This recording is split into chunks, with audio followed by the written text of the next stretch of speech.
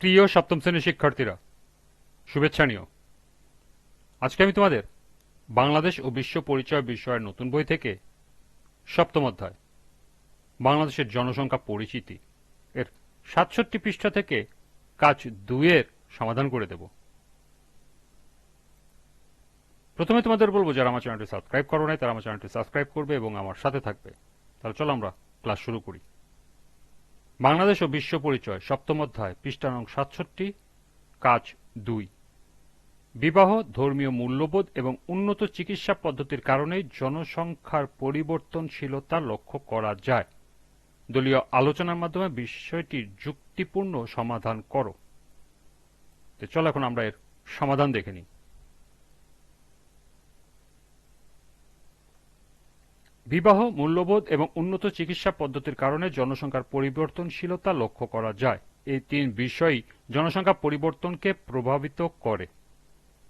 বিবাহের বয়স, ধর্মীয় বিশ্বাস এবং উন্নত চিকিৎসা পদ্ধতির ব্যবহার জন্মহার ও মৃত্যুহারকে প্রভাবিত করে, যা জনসংখ্যা পরিবর্তনশীলতার একটি গুরুত্বপূর্ণ কারণ।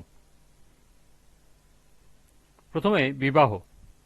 বিবাহের বয়স জনসংখ্যা পরিবর্তনকে প্রভাবিত করে। কম বয়সে বিয়ে হলে সন্তান জন্মের সময়সীমা বাড়ে, ফলে পরিবারে অধিক সন্তান জন্মে।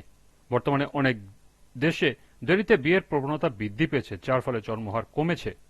বিভিন্ন ধরনের বিবাহ, যেমন বাল্যবিবাহ, জোর করে বিবাহ বা বহু বিবাহের ফলে জনসংখ্যার পরিবর্তনশীলতা দেখা যায়। বিবাহের পর পরিবারের আকার কেমন হবে তার উপরও জনসংখ্যার পরিবর্তন নির্ভরশীল। জন্ম নিয়ন্ত্রণ সম্পর্কে সচেতনতা এবং দম্পতির নিজস্ব সিদ্ধান্ত গ্রহণের স্বাধীনতাও এই পরিবর্তনে ভূমিকা রাখছে।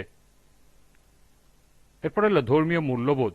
ধর্ম মানুষকে সন্তান ধারণের ব্যাপারে দৃষ্টিভঙ্গি দেয়। কিছু ধর্মে অধিক সন্তানকে আশীর্বাদ হিসাবে দেখা হয়, যা উচ্চ জন্মহারে প্রভাব ফেলে।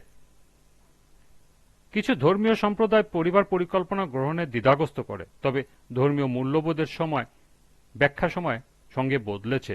অনেক ধর্মীয় নেতা এখন সচেতন ও পরিকল্পিত পরিবারকে সমর্থন করেছেন। অনেক আধুনিক ধর্মীয় চিন্তাধারা মানুষের পরিবার পরিকল্পনা গ্রহণে উদ্বুদ্ধ করছে, যা জনসংখ্যার স্থিতিশীলতা বজায় রাখতে সহায়ক।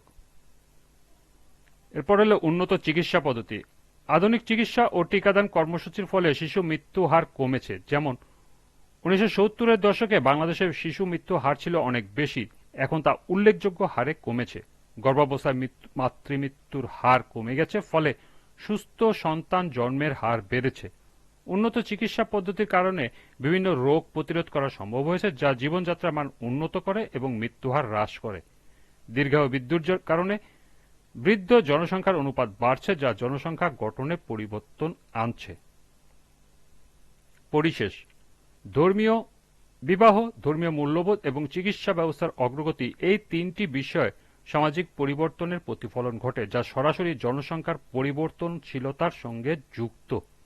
এই পরিবর্তনগুলোকে সুষ্ঠুভাবে ব্যবস্থাপনার মাধ্যমে একটি রাষ্ট্র তার আর্থ-সামাজিক উন্নয়ন নিশ্চিত করতে পারে। এই ছিল ৬৭ পৃষ্ঠার কাজ ২ এর সমাধান। আজকের ক্লাসটি এ পর্যন্তই।